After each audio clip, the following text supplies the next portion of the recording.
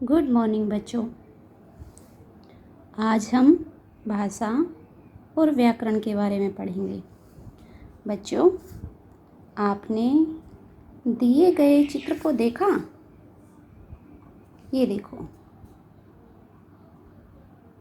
इसमें चिड़िया चींची कर रही है, यानी वो चींची करके अपनी बात एक दूसरे को कह रही है। बिल्ली म्याऊं कर रही है। क्या आप चिड़िया और बिल्ली की बातचीत समझे? नहीं न, क्योंकि यह भाषा नहीं है। आपने रोहन और सनाया की बातचीत पढ़ी? रोहन, सनाया, आप पढ़ते ही समझ गए होंगे कि दोनों क्या कहना चाह रहे हैं। रोहन कह रहा है, सनाया तुम यहाँ क्या कर रही हो? सनाया कह रही है, रोहन मैं यहाँ सैर करने आई हूँ। समझ गए ना?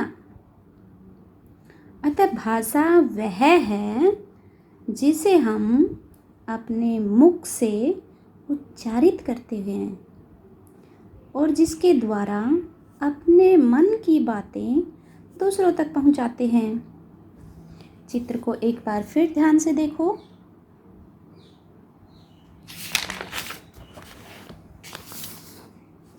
अतः भाषा वह साधन है जिसके द्वारा हम अपने भावों और विचारों को एक दूसरे तक पहुंचाते हैं।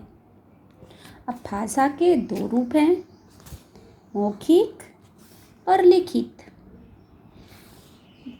मौखिक भाषा वो होती है जब कोई व्यक्ति बोलकर अपनी बात दूसरों तक पहुंचाता है और दूसरा व्यक्ति सुनकर समझ लेता है, तो यह भाषा का मौखिक रूप कहलाता है। जैसे कक्षा में अध्यापिका का पढ़ाना, नेताजी का भाषण देना, दो मित्रों की आपस में बातचीत। समझ गए ना? मौखिक वह भाषा है जिसके द्वारा हम बोलकर दूसरों को अपनी बात समझाते हैं। फिर है लिखित भाषा, रिटन लैंग्वेज। जब कोई व्यक्ति लिखकर अपनी बात दूसरों तक पहुंचाता है तथा दूसरा व्यक्ति पढ़कर समझ लेता है, तो यह भाषा का लिखित रूप कहलाता है। जैसे परीक्षा में बच्चों द्वारा प्रश्नों के उत्तर लिखना, किसी को पत्र द्वारा अपनी बात कहना। यहाँ चित्र में देखो, बच्चा पत्र लिख रहा है, यानी पत्र लिखना। अध्यापिका लिखकर बच्चों को समझा रही है। भाषा हमारी अनेक भाषाएं हैं। भारत में अनेक भाषाएं बोली जाती हैं, जैसे हिंदी, कश्मीरी, गुजराती, मराठी, कन्नड़, कोंकणी, मलयालम, तमिल आदि। हिंदी भाषा भारत के अधिकांश भागों में बोली जाती है। फिर भाषा को पहचानने के लिए कुछ चिन्ह निश्चित किए गए हैं और इन्हीं चिन्हों को हम लिपि कहते हैं। प्रत्येक भाषा की अपनी एक लिपि होती है। भाषाओं के लिखने के ढंग को लिपि कहते हैं। कुछ भाषाओं की लिपियों के नाम इस प्रकार हैं। भाषा हिंदी, कोंकणी, मराठी और संस्कृत, इनकी लिपि है देवनागरी। अंग्रेजी भाषा की लिपि है रोमन। उर्दू भाषा की लिपि है फारसी और पंजाबी भाषा की लिपि है गुरुमुखी। हिंदी भाषा भारत की राष्ट्रभाषा और राजभाषा होने के साथ साथ संपर्क भाषा भी है, क्योंकि हमारे भारतवर्ष में अनेक भाषाएं बोली जाती हैं, लेकिन ज़्यादातर हिस्से में हिंदी भाषा बोली और समझी जाती है। इसलिए हिंदी हमारी राष्ट्रभाषा और राजभाषा होने के साथ साथ हमारे संपर्क में भी ज़्यादातर हिंदी भाषा आती है। अब आगे व्याकरण। इस चित्र में देखो, बच्चा घर जा रही है। मेरे को सेब खाना है। आयुष सो रहे हैं। प्यारे बच्चों, क्या आपको ऊपर लिखे तीनों वाक्यों को पढ़कर अजीब लग रहा है? लग रहा है ना? क्योंकि ये तीनों वाक्य गलत हैं। आइए इनके शुद्ध रूप जानते हैं। बच्चा घर जा रही है, इसका शुद्ध रूप हो गया बच्चा घर जा रहा है।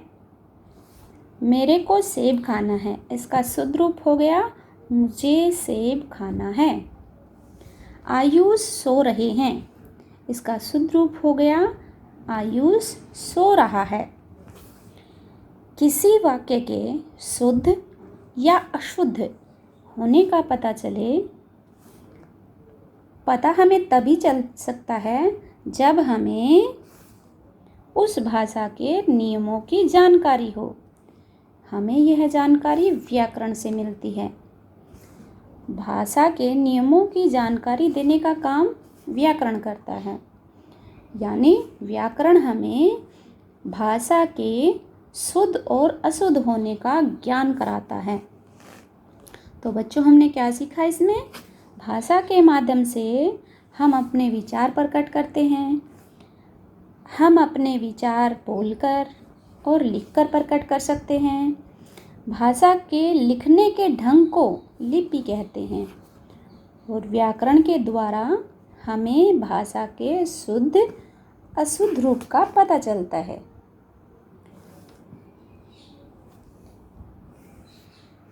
ओके, कल हम करेंगे इसका अभ्यास और प्रश्न उत्तर। इस वीडियो को लाइक करें, हमारे चैनल को सब्सक्राइब कर बेल आइकन जरूर प्रेस करें।